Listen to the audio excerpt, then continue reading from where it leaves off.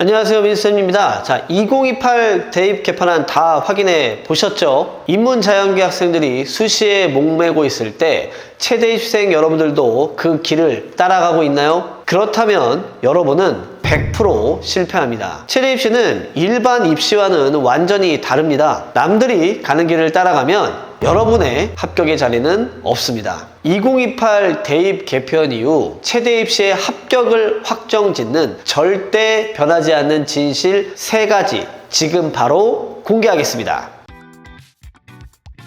목표를 현실로 만드는 채널 민준쌤 TV. 자, 제가 오프닝 때도 말씀드렸죠? 여전히 체대 입시는 정시가 본체입니다. 매스컴에서도 확인했듯이 인문자연계에서는 수시가 압도적으로 많습니다. 하지만 상위권 체육대학의 비중은 여전히 정시가 핵심이에요. 그래서 괜시리 수시에만 집중하고 나는 수시 실기 전형에만 올인할 거야, 이러한 막연한 전략들은 피했으면 합니다. 이렇게 2028 개편이 되었어도 여전히 53% 이상으로 체대 입시에서는 정시에서만 선발을 하고 있는데요. 물론 2027학년도와 비교해서는 약간 떨어졌지만 보시면 어때요? 네, 정시를 포기한다는 건 체대 입시를 포기한다는 것과 같습니다. 그래서 수시에서만 올인해가지고 이렇게 많은 비중을 차지하는 정시를 버리는 우를 범하지 않았으면 좋겠습니다. 그렇기에 체대 입시의 메인 스테이지 정시 그리고 수능 역시 절대 포기하면 안 되는 이유가 바로 여기서 나오는 겁니다. 자, 그러면 두 번째는요,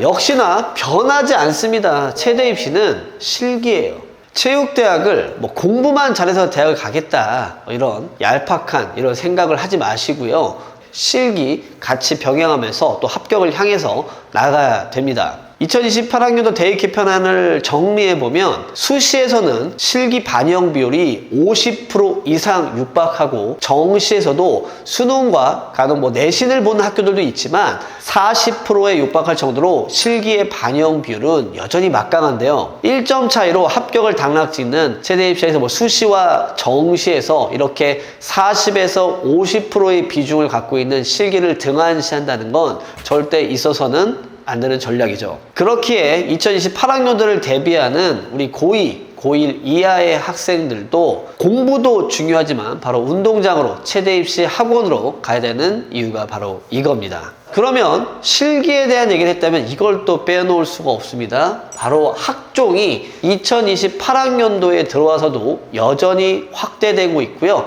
이제 실기로만 대학을 가는 시대는 사실상 끝났다라고 저는 자부합니다. 2028에서 다양한 대학들을 살펴보면 이 학종의 확대, 특히 어떤 것들이 있냐면 새롭게 신설되거나 지난해 10명을 뽑았는데 15명으로 늘어난, 이렇게 인원이 늘어난 학교들은 많아도 기존에 있었던 학종 전형 자체를 폐지한 학교는 단 한 군데도 없습니다. 지와 체를 겸비한 학생들을 뽑겠다는 그 대학의 시그널을 무조건 읽어야 됩니다. 그렇기에 이 학생부 종합전형 학종은요, 선택의 문제가 아니라 당연히 우리가 명문대 체육대학을 합격을 위한 한 가지의 기본 조건으로 계속해서 준비를 해나가야 할 것입니다. 자, 이렇게 2028학년도 어떠한 것들을 체크할 것이냐 다시 한번 제가 정리를 드리면 무조건 정시를 그래도 메인으로 해 나가야 됩니다. 정시를 한다는 건 뭐예요? 요즘 고등학교 2학년 친구들 보면 수시로만 대학 가고 싶어요. 수시로 얼른 끝내고 싶어요. 이런 되게 쉬운 생각들, 얄팍한 생각들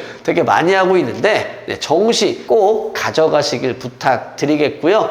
자, 두 번째, 여전히 체대 입시는 실기고사를 준비해야 됩니다. 제가 강연 때나 여러 이야기를 하는 멘트가 있어요. 이게 어떤 게 있냐면, 선생님, 저는 체대 입시를 준비하는데 실기고사는 아직 하고 있지 않아요. 이런 얘기를 하고 있습니다. 실기고사를 준비 안 하는데 무슨 체대 입시를 준비하는가, 이런 저도 아이러니한 생각들을 많이 하는데요. 앞서 말씀드렸듯이 실기 반영 비율 여전히 막강하게 있으니까 또 실기고사, 실기 열심히 또 대비를 해야 되겠고요. 자, 세 번째는요, 체대 학종은 선택의 영역이 아니라 필수로 가져가야 된다. 이렇게 3가지를 이야기했습니다. 자, 그런데 이 중에서 또 빠진 얘기가 하나 있는데 이 얘기를 좀 하자면 또 길 것 같아서 그래도 제가 소개를 드리자면, 자, 3+1이었어요. 여기 조그맣게 하나 보였죠? 네, 네 번째 탐구 영역 열심히 준비해야 됩니다. 자, 지금도 이 영상을 보고 있는데 공통사회, 공통과학을 어떻게 하면 될까요? 두 개를 다 해야 될까요? 하나만 해도 될까요? 이런 고민하고 있는데요. 그런 고민할 시간에 탐구 영역 열심히 준비해야 되겠습니다. 이렇게 해서 꼭 알아야 할 세 가지